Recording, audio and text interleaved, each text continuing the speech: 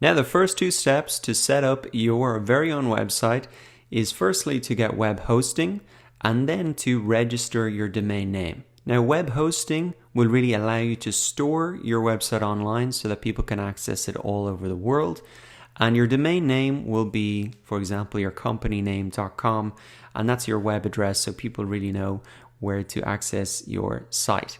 So there are plenty of places where you can complete these two steps, but I would recommend BlueHost.com. They are the company that I use personally. They've never let me down. And also, I've organized a pretty cool discount for you guys if you want to check it out. The link is in the description. You get a free domain, which will save you about $15. And then you can also get a 60% discount on your web hosting. So in the first year, you'll probably have saved $75 if you click the link in the description. But you can feel free to use any web host you want. The steps that I'm going to walk through in this video are pretty much going to be exactly the same. So either click on the link and you're going to come to a page like this, and then you can click Get Started Now. And then we need to select our web hosting plan. And there are a couple of options here, but I think for most people, you're just going to select the basic plan. That's $2.95 per month with the discount. And that means you can host one website online. Now, the only other option you might be considering is the Plus plan. So for a little bit more, you can have unlimited websites and host them. And why would you want to do that? Well, maybe if you're thinking of setting up a couple of websites, or maybe even you're creating websites and managing them for people, then this is a very affordable plan to select. But I think for most people, you're just going to want to be selecting the basic plan. And I do want to explain a little bit further now, why do you even need web hosting in the first place? If you've never set up a website, it's a bit of an alien concept because we just post stuff to Facebook, YouTube for free. And actually, those companies absorb that hosting cost themselves. They have to pay for data centers with servers on them. And so unfortunately, they won't pay for it when it's our own site, and that's why we have to pay for it. Essentially, we're buying here a little bit of space on a server in a database somewhere, and that's why we pay when we set up our own website, and we never pay when we upload to YouTube, etc., because they really cover the cost. So I think people find that explanation helpful, and so now that you understand why you need hosting, I think, and you know the plan to select, let's go ahead and select this basic plan here. Now, here comes the exciting part. We need to get our free domain. And so what you really want to do is think about your business name and type it in here. So in terms of picking a domain name, I would try and keep it as short as possible, less than 20 characters. You want it to be something that rolls off the tongue easily. So if you said it in conversation, they would remember that that was your web address. And it's more important to have a domain name that is brandable and memorable rather than a domain name that has loads of your keywords in them, because actually having keywords in your domain name is not going to really help you rank in the search engines. It might give a clue about what your business is about, so try and include them if you can, but don't have like 10 keywords stuck together. People are never going to remember that. They're never going to type that in, so you want to keep it as short as possible. So if you're creating a new domain, you can type it in here, or you also have this option if you've bought a domain previously to go ahead and sign up. So I'm going to just put in WP, so WordPress setup demo. And then we get to select our domain ending. You can see now it's on .co.uk. And I would try and get the .com if you can, if it's available. That's what people remember the most. It seems like the most trustworthy.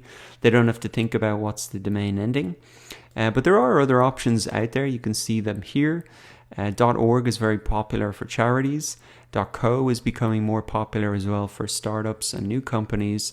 But for now, I'm just going to buy the .com and then click Next.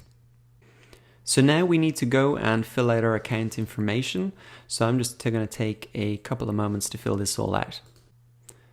So once you've filled out your account information, then you just want to review your package information. And you can see by default here, there will probably be a couple of options selected by default. So I'll just explain what each of these options are, and then you can decide whether you want to leave them enabled or not.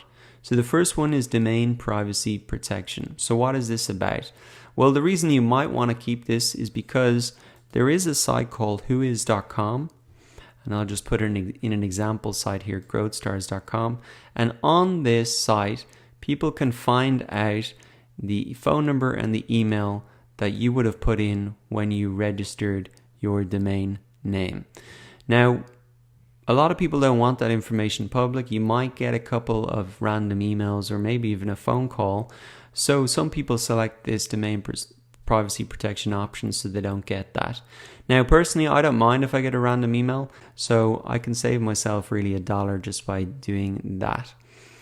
Now, Site Backup Pro, this is an option maybe you should leave enabled. Essentially what this will do will back up your site, especially if you have a big site with a lot of content on it.